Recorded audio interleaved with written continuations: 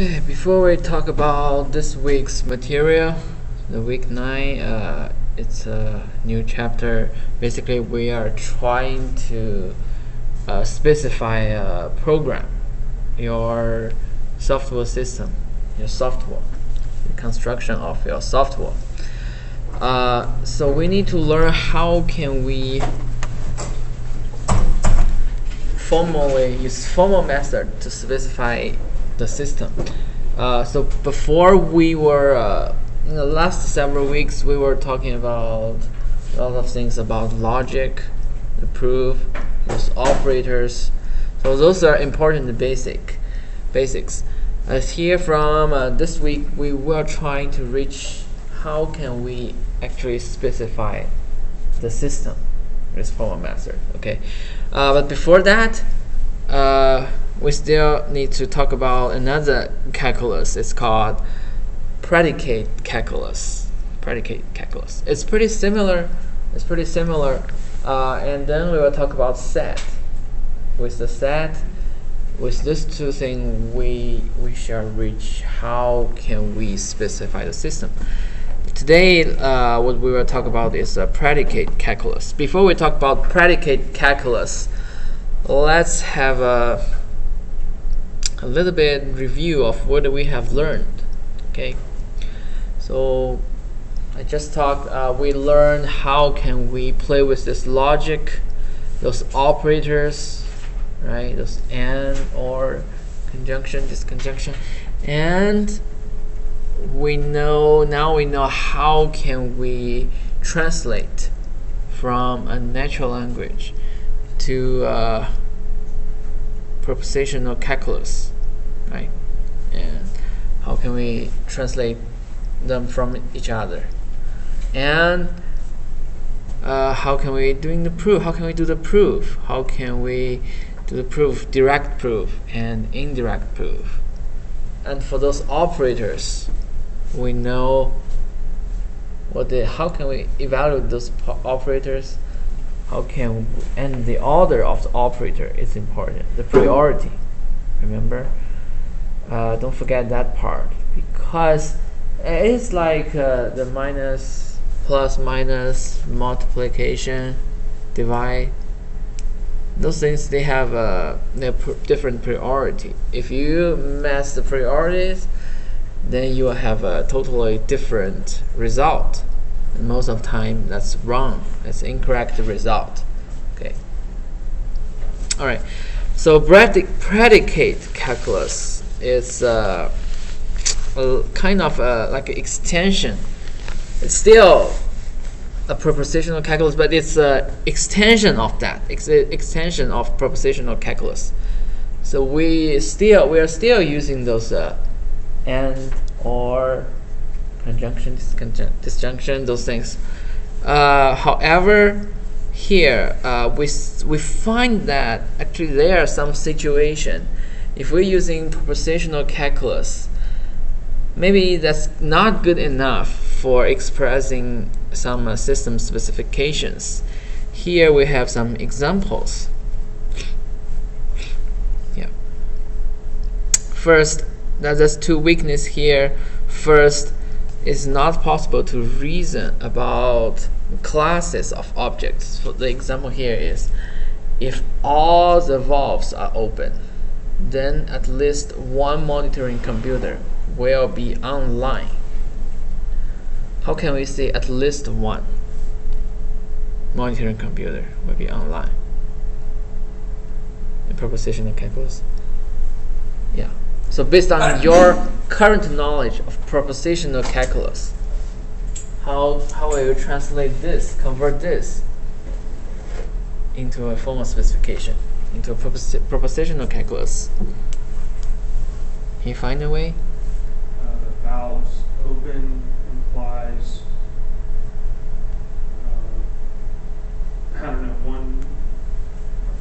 more than one monitoring computer. Yeah, there's some logic that, yeah, the propositional calculus is not enough here. Obviously, it's not enough. So, like a classes of object. So we need all valves open. So the concept of all is kind of yeah, it's kind of, if you do want to use a propositional calculus, you have to have a variable called all valves open, right? So that make it possible to do this, but it makes it less flexible because you have to define a lot of new variables just for this conversion, right? Those variables may not even exist in your system at all, right? Like valves are open, valves half open, valves like 30% of the valves open. You have to define all these variables, which make it less flexible. Yeah.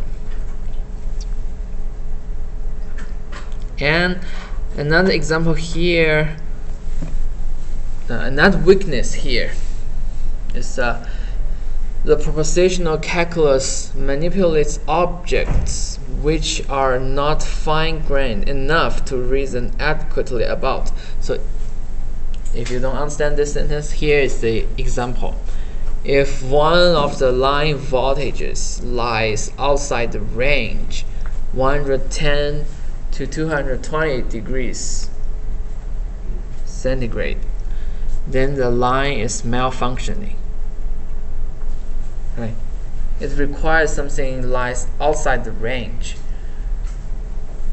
We have a range here. How can we represent that in propositional calculus? Can you? You define new variable? Yeah. Okay, we can have a new variable there, but not flexible. So you have to define a lot of them. But here, yeah.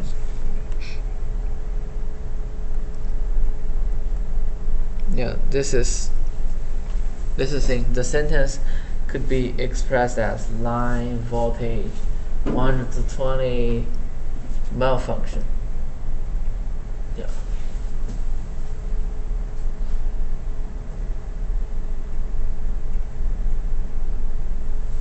I think that's wrong.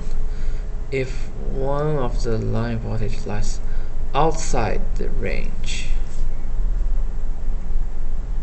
Yeah, I think we should have a negation here. Do you think so? Yes. Right. We should have a negation here in front of this line volt thing, right?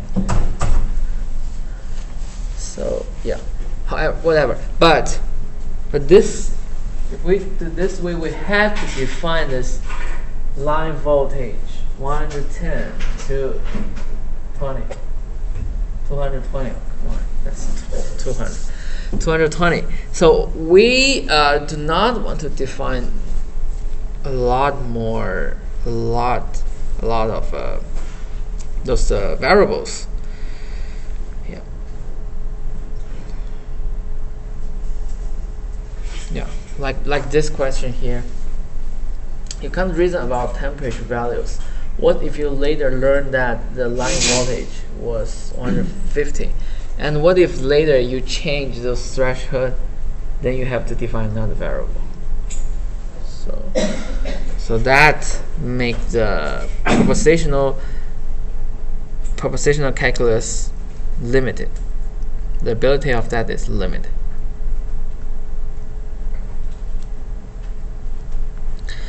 So just using the name to convey values or ranges is a big limitation. Right? We agree that, right? Because we use we can use the name to limit the number. There's a name to give a range, but that variable is just for that range, nothing else. Right? It's not very smart way to do that. Right? In computer, we have a lot of logics, like greater, less than, greater or equals to, right? Those things we cannot find a place to use them in the propositional calculus, right? So we may need something else. Okay, so here we are trying to overcome the limit of the propositional calculus so that we generalize propositional in this following ways. So kind of extend the propositional calculus. So a proposition can be replaced by any expression which can be evaluated to either true or false. These expressions can contain. So generate everything which we can evaluate those expressions to true or false, right? Like greater or equal, less than, those can generate true or false value. You think so? Yes. Yeah. So if I think 20 is greater than 10, is that true? That's true. So that yields true or false value there. So that is one of this example. So these expressions contain identifiers which have integer values, integer constants, relation operators applied to integer variables and constants, and arithmetic operators applied to integers. So here is an example. So we have those integers, those arithmetic operators, relational operators applied to integer and variables. And before that we only have variable. Now what we can have is a variable, an operator, and the value. Right? We can evaluate those things. We can definitely evaluate them. Right? New temperature 10, old monitor greater than 10 implies new monitor greater than 10. Things like that. Right? This is, if we see this old monitor greater than 10, this whole thing as a variable of the propositional calculus, and the thing at the right side as another variable, and in between there's a implication operator. Then we can evaluate this whole expression, right? This whole expression can be evaluated true or false, because if it's propositional calculus, if it's old monitor implies new monitor, yeah, it's okay, because we are doing that all the time in the last several weeks. And now what we are doing is old monitor greater than 10, new monitor greater than 10. If the old monitor greater than 10, it implies then the new monitor is greater than 10. Okay? Like if I am older than 30, then you're older than 20, something like that, which can be evaluated. Yeah. Also, the relationships, so like a functionality, we can use a proposition can also include a construct which describes the relationship between two objects, which can be variables or constant.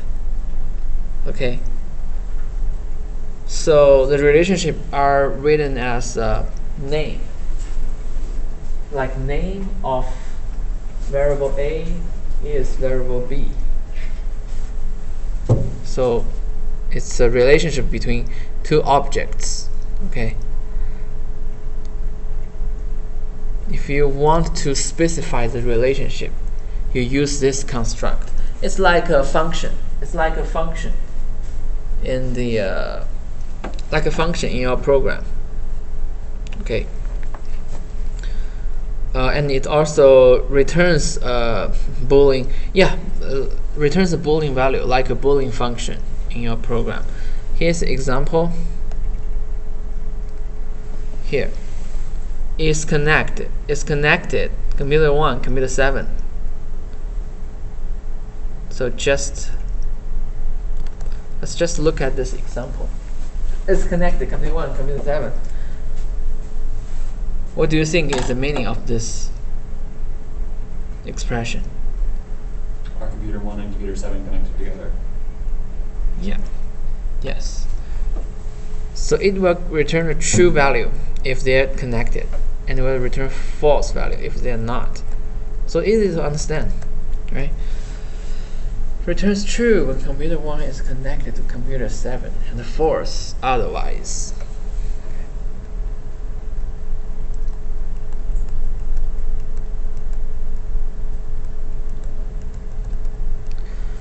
So the objects that can replace propositional in the propositional calculus are known as predicates.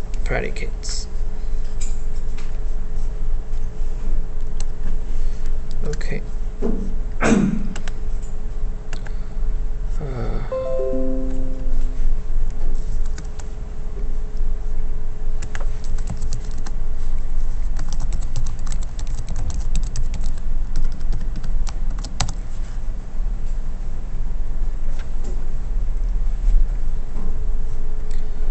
This is bigger.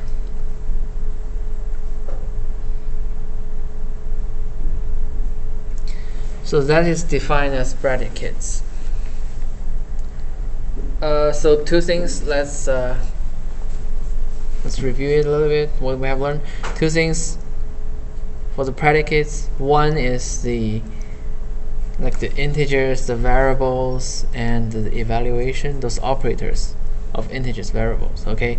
Another thing is a construct that represent the relationship between two variables, like a Boolean function.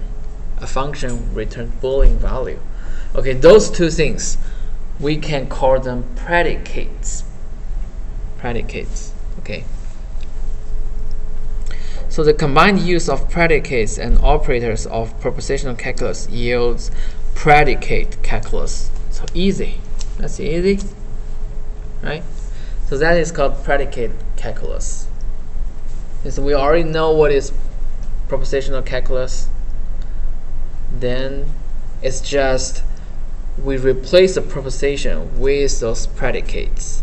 And the predicate is one. What are the two things in? What are the two elements or the two different types of predicates?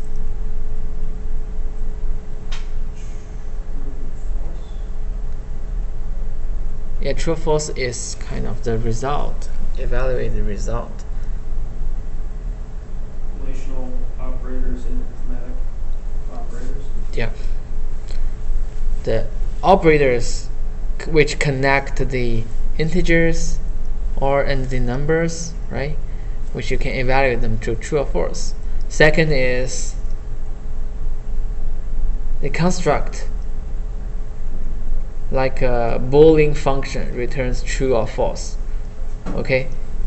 Remember those two things. We use them as predicates here. All right. Here, okay, we have an example here. So if we use the predicates to replace all the variables we were using in propositional calculus, then that thing is called predicate calculus. It's even more more useful than propositional calculus, because it can handle more situations, way more situations than the propositional calculus. Okay. For example, here, if the reactor temperature lies between 0 and 10 degrees, the reactor temperature lies between 0 and 10 degrees centigrade.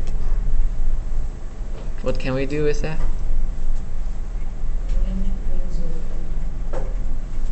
Yeah, lies between.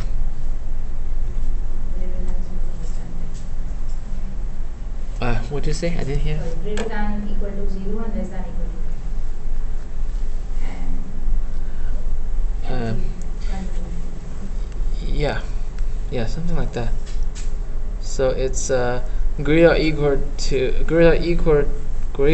or equals to 0, and temperature less or equals to 10. Okay.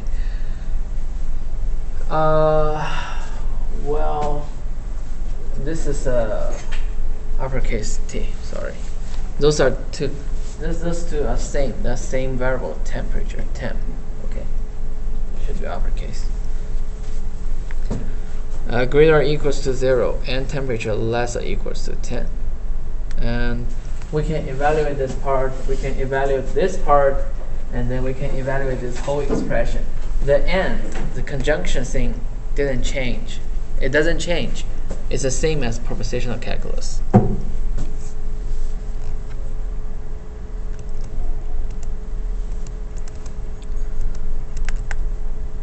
Okay, here. If the line voltage is active, then the line is malfunctioning. If we're trying to use predicate calculus to represent that.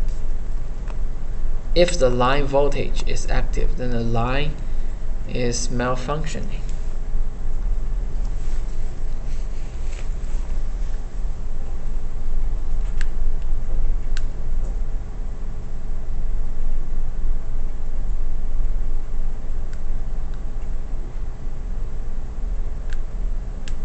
Yeah, we can definitely do it with propositional calculus. So if it's propositional calculus, what will you do? Line voltage implies not functioning. No. Functioning or just malfunctioning. No, line voltage cannot imply that. The line voltage is active. This is an important thing. Yeah. Well, okay, so is active implies not functioning. Yeah, kind of like that. Or voltage is active implies malfunctioning. Yeah, something like that. Okay. But in predicate calculus, can we do that with this arithmetic operators? Can we do that with greater or equal? No, right? But can we do that with second thing? They construct the Boolean function which returns a value, true or false value. Can we do that? Yeah, Huh? What's the question? Speak up. Okay. Yeah. Can we do it? So now we know that we can do it with propositional calculus, but here we are trying to do it with predicate calculus, right? So we just talked about those two different types of predicate calculus. One is the variables, the integers, and the operators, connect them, right? That's one type. The second type is the construct, which represents the relationship between two variables, like a function which returns a true or false value.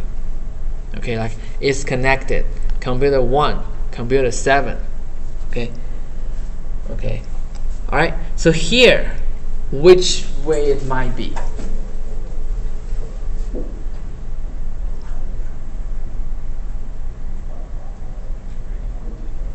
Which way is it? Let's see here. Okay. If the line voltage is active, there are two things here: line voltage and active. So it is a relationship between the line voltage and active, right? Can we use greater line voltage greater than active? No. So less than? No. So it is not the first type of predicate calculus. It's the second type. We use the functions. We use function, like the function to connect them. Right, let's see.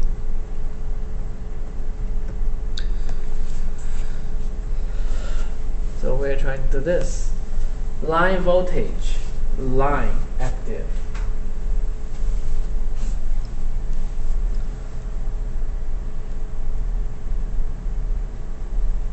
And line state, line malfunctioning. Okay, let's see. So there are two types of relationship here, represented by two different functions or structs, Boolean functions. So first is the line voltage, line active. If the line voltage is active, then the line state is functioning, which means the line voltage of this line is active, and the line state of the line is malfunctioning. Okay, so two things. One thing is line, one thing is active, and this line voltage is the relationship between this line and active. So the line voltage of this line is active, the line state of that line is malfunctioning. Okay, let's look back here.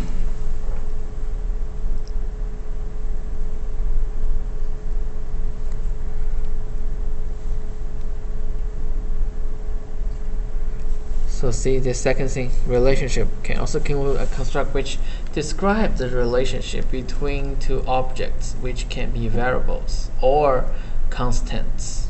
Okay. So here, this thing, we're doing this variables. But also, maybe in some other situation, it can be constants. Okay. So yeah.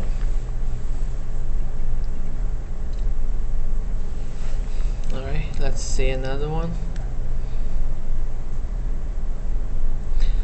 So whenever the computer is brought offline, the communications line is set to a high value of 5 volts. Think about it, write it down.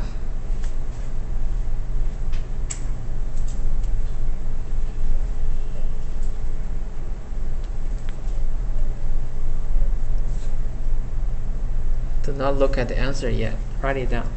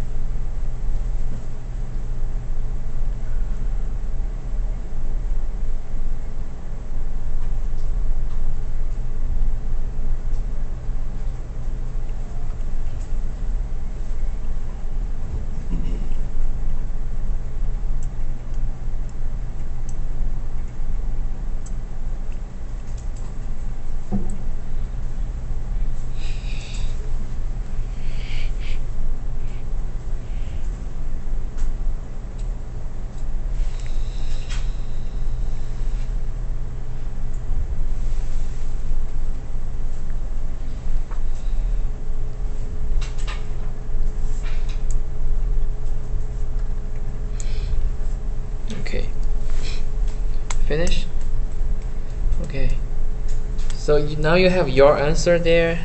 Let's look at the answer here.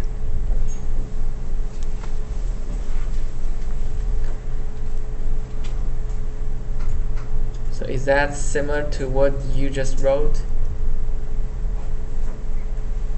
Can somebody tell me one of your answer which is different from this one?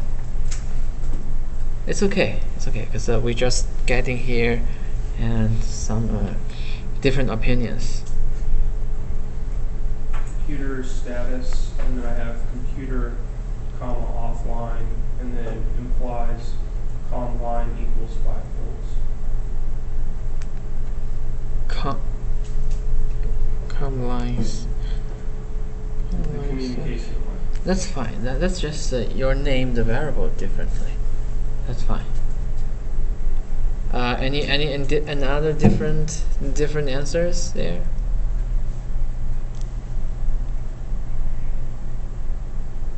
You are doing the same thing. So what is your answer there? Yeah, it's okay. I wrote computer state offline. Implies. Computer, communication Yeah. by equal to 5. Yeah, that might be a very common mistake if we just transition from the propositional calculus to this predicate calculus. Okay, basically they're different because when we are doing the propositional calculus, we turn to name everything as a variable, so that the variable has a true or false value. If it's true, that means what we just mentioned. If it's false, that is basically denied what I just mentioned. Like rain today. If it's true, it means rain today. If it's false, it means not raining today. Here, computer brought offline. Computer offline. If it's true, means computer is offline. If it's false, means computer is not offline. Okay, but in predicate calculus, we're not using the variable, directly using the variables now, right? We're using we're replacing those variable with two things. One is this operators, equal, greater, equal, less or equal, less, things like that.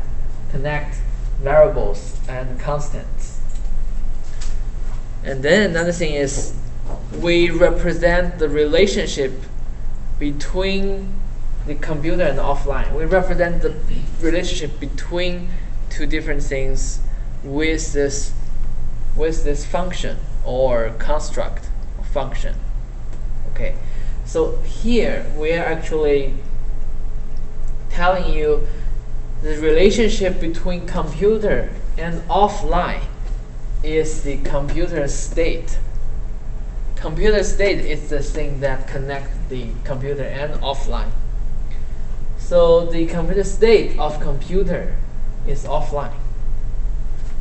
So we use that. So this computer state is the name of the relationship.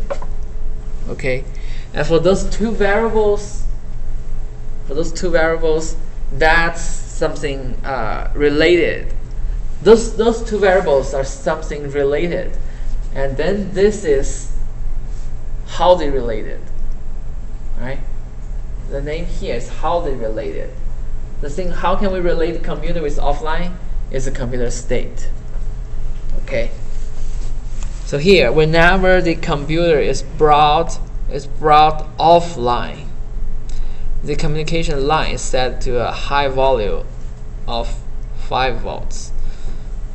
It doesn't matter high value or value, but we know that it's set value to 5 volts. But this high is only to describe the value is high, but it doesn't. We do not use it here. We don't use here.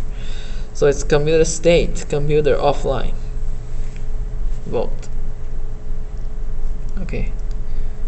Next example here. If the temperature of the main reactor is over 1,000 degrees, then the monitoring computer is placed in an alarm state. Okay, let's do this. Remember, we are trying to do predicate calculus. Alright, we're trying to do predicate calculus. To not use just directly use the variable if it's possible. Yeah.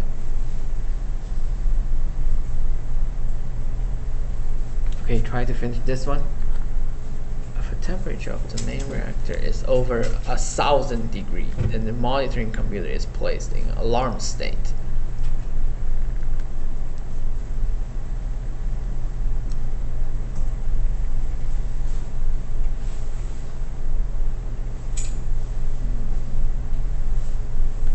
You do need to write it down and then compare it with that answer, so that you know which part is different, and we need to try to learn the idea of the correct idea, align our solution to the correct idea.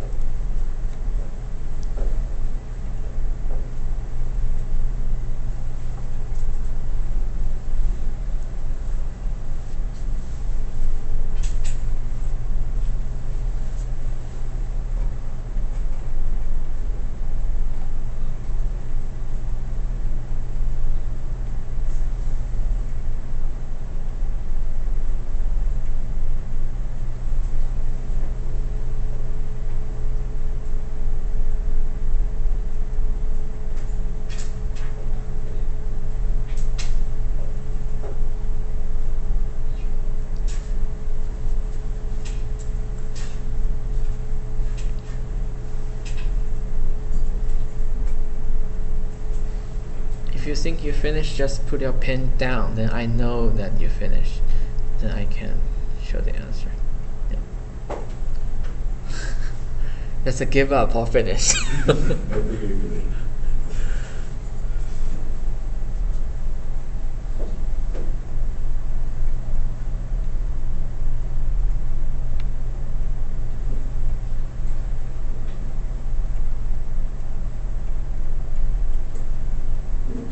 Alright.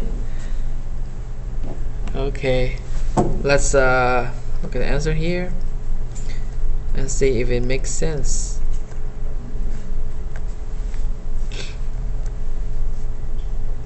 Okay. If the temperature of the main reactor is over 1,000 degrees, then the monitoring computer is placing an alarm state. So we got several relationship here, and remember we have two things in predicate calculus. We can represent relationship of greater equal to assign value, or set up the comparison between two things. So here, let's see if we can see some values, if we can see some relationship here, and if we can see some the comparison between the values, variables, constants. Okay, first, if the temperature of the main reactor is over, the most obvious thing is we see it's over 1,000 degrees, so greater than 1,000 degree. I believe most of you have this part, something greater than 1,000 degree, right? Yeah. But what might be missing is something here.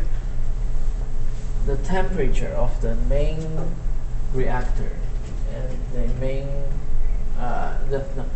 main reactor and the main reactor temperature.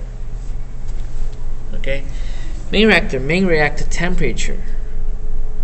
They actually have there are actually two variables here, and those two variables has a relationship there. So if we like the main reactor, let's suppose it's a reactor ID or something like that, main reactor, and then we have a value which is the main reactor temperature.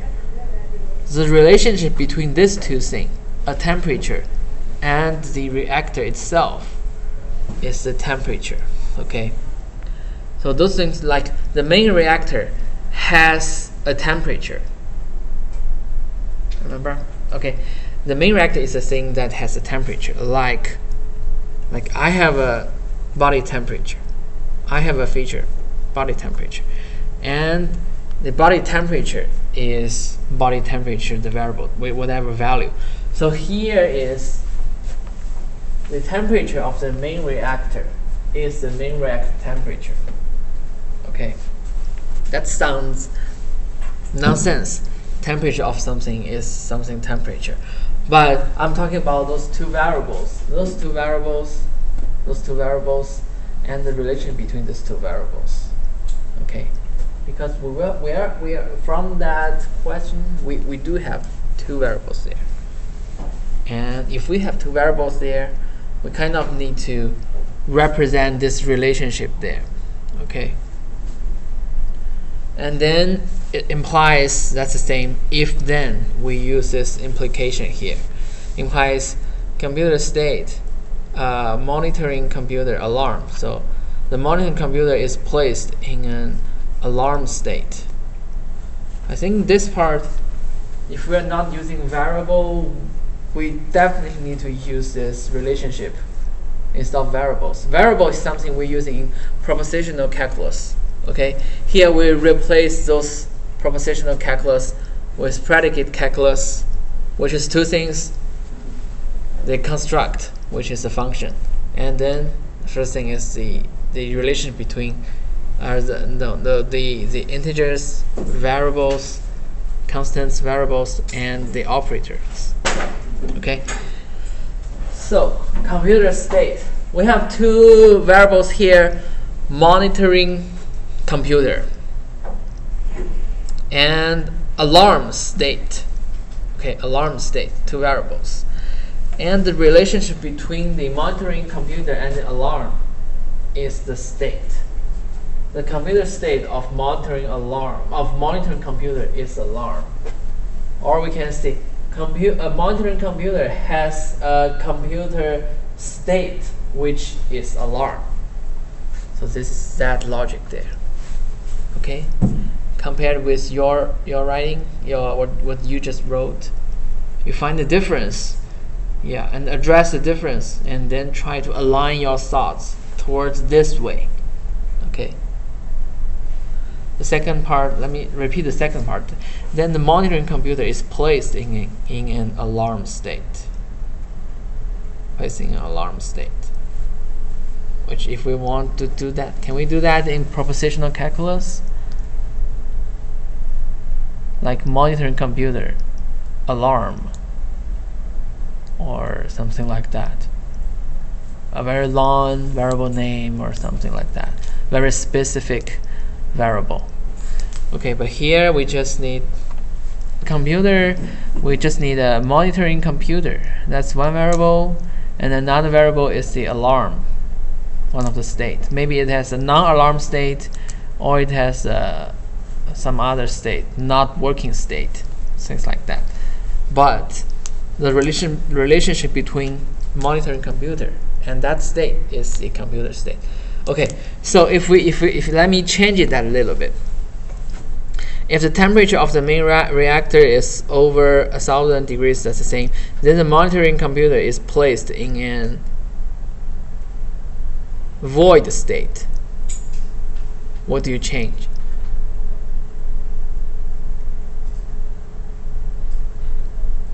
So we will keep everything the same, just the monitoring computer is placed in a void state. How can we change it here?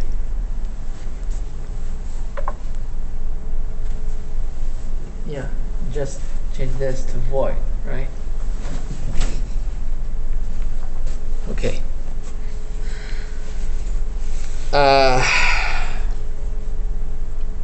Okay, that's the thing here. We're trying to represent the relationship between different variables here.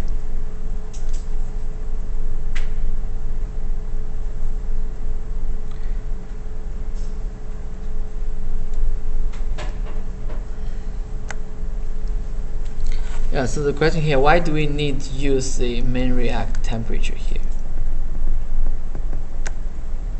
Because we want to represent that over 1,000 degrees, this relationship here. And this also translates to if the temperature of the main reactor is main react temp, and if the value of the main react temp is greater equal to 1,000 degrees, then blah blah blah. It's the same thing. Yeah.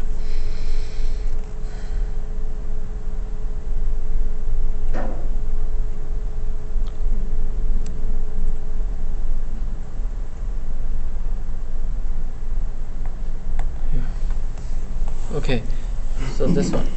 Only when the main computer is in a monitoring state will the subsidiary computer be in a monitoring state. only when the main computer is in a monitoring state will the subsidiary computer be in the monitoring state.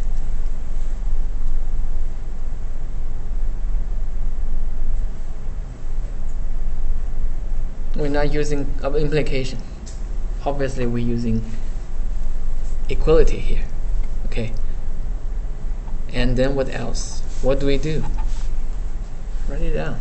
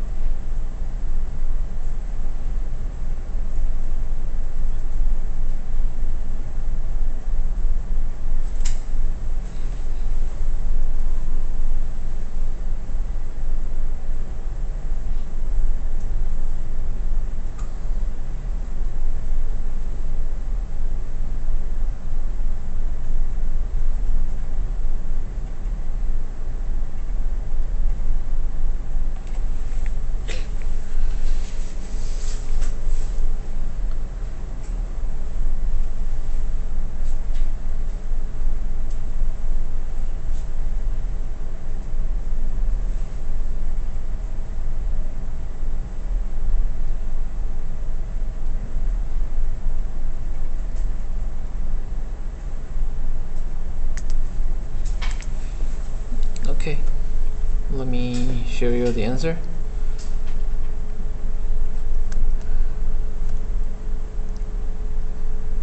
That's easy, right? More of you get the correct answer, I believe. Yeah. So basically, we have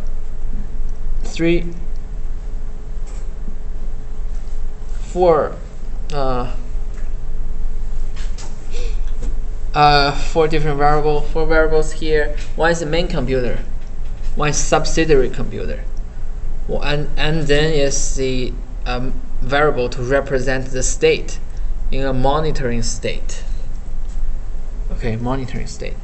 So the main computer, obviously from this description we infer that the main computer has a state, and the state is monitoring. The subsidiary computer has a state, and the state is monitoring. Right? And the logic between those two, only when. So it's a equality, which means, so here the relationship between the main computer and the monitoring is the computer state. The relationship between the subsidiary computer and monitoring is the computer state.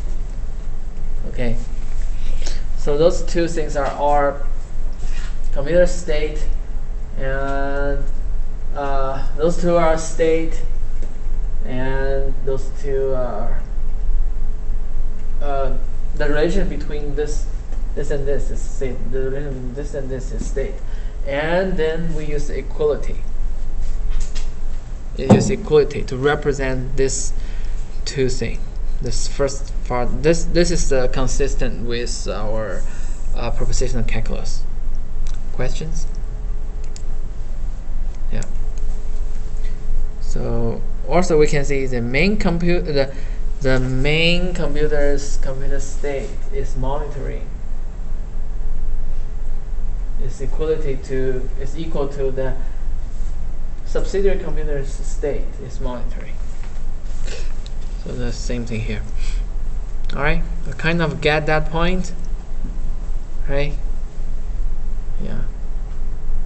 Yeah, we reach there after several practice. And then let's see this.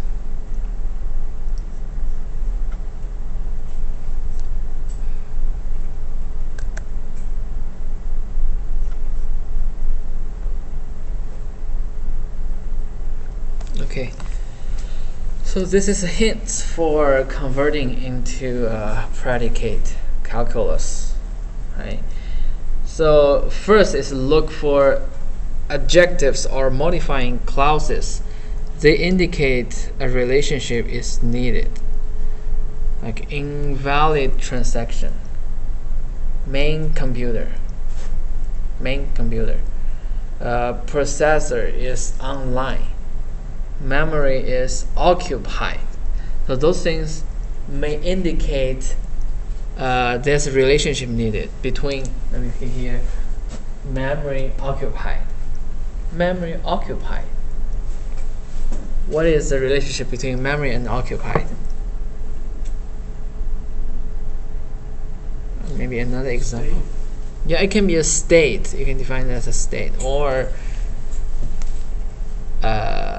healthy level or something like that. Memory healthy, like if it's occupied, it's not healthy, right?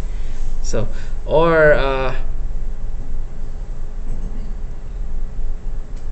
the main computer or subsidiary computer.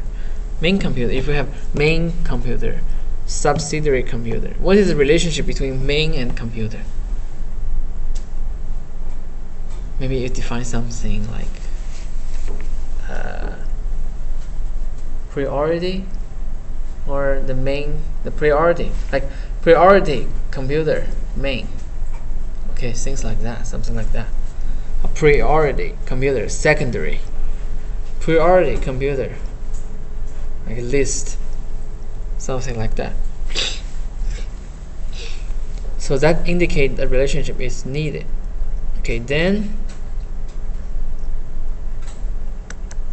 you model this relationship as classes with attributes and instances. Yeah, like the main React thing is like we are trying to represent the relationship between main reactor and the main reactor temperature. Like I repeated a lot of time. So the main reactor has a temperature, which is the main reactor temperature. So here it's the same thing here.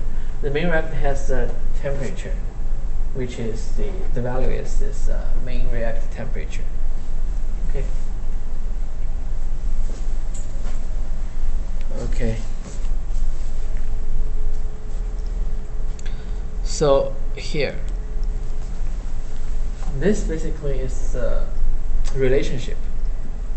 So this is the I think you can put that like adjectives or some other values here, and this is one of the variables. So those two variables, the relationship is this. Okay. Those two main reactor temperature. The relationship is temperature. Okay. Like another example, like the computer has a priority, which is main. So computer priority, the relationship computer main, the relationship is priority. Priority is the thing that connects the computer and its value, the main. Okay. Okay, something like that. So you model it this way.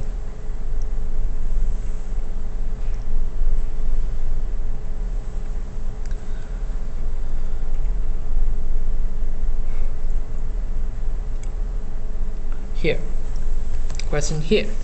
If more than 6 VDUs are currently active, and provided that the second processor is online, then a first fit algorithm will be used for storage allocation. Okay, write it down. This is our last question today.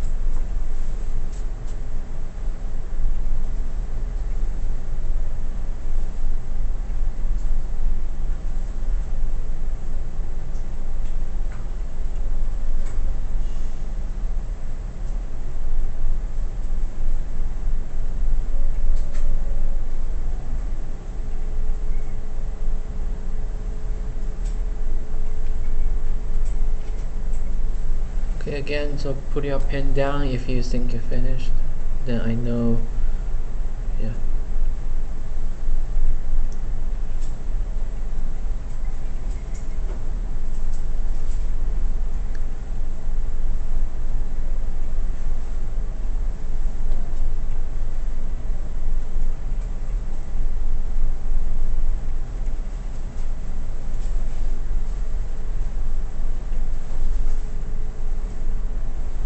Alright, we do not have a very long time left, so let's look at this. Here, the answer here. Okay, so basically this is longer. Okay, but first let's see. We can see a lot of relationship here, right? For example, first is when we see that VDUs are currently active, we saw some adjective which implies there's a relationship between VDU and active. Okay, so in VDU active, the relationship is state. Okay, so that VDU has a state which is active, and also here, oh yeah, here more than 6. So this part is easy. I think most of you catch this part. Number of active VDU greater than 6. But some of you might forgot with this part. Maybe you think it's not necessary to put this part. But when we're doing the predicate calculus, when there is a relationship between these two variables, we represent this relationship. We specify it in this predicate calculus specification. Okay, so don't forget this part. And then after this part, this sentence, we say, and provided that the second processor is online.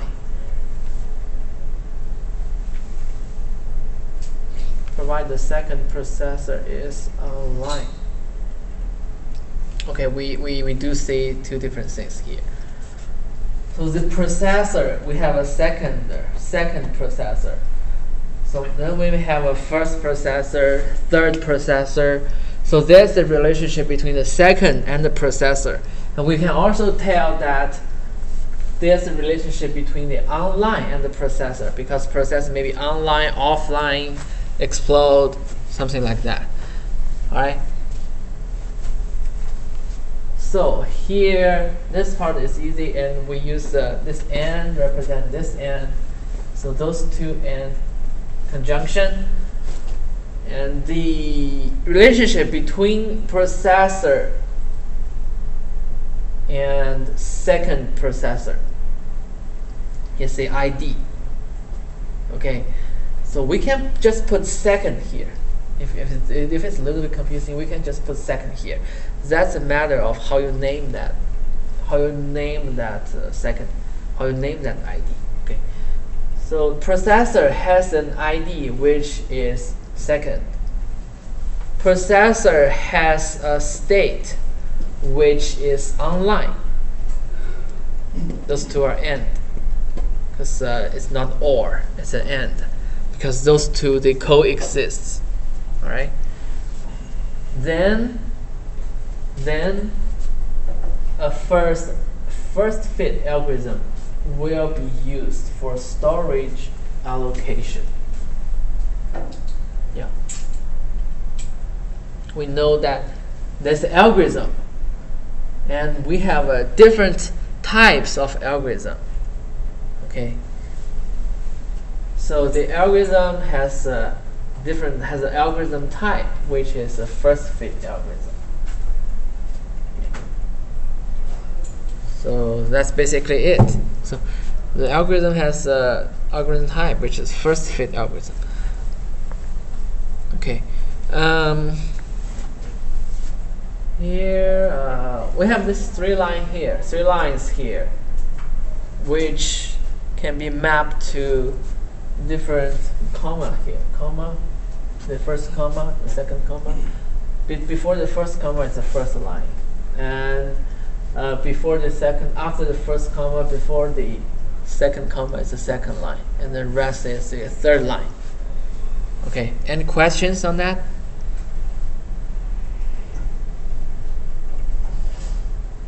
No? Good, great.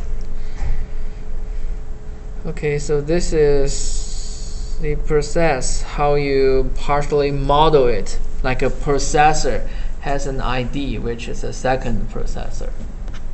Processor has a state, which is online. VDU has a state, which is active. We represent all of them in our predicate calculus.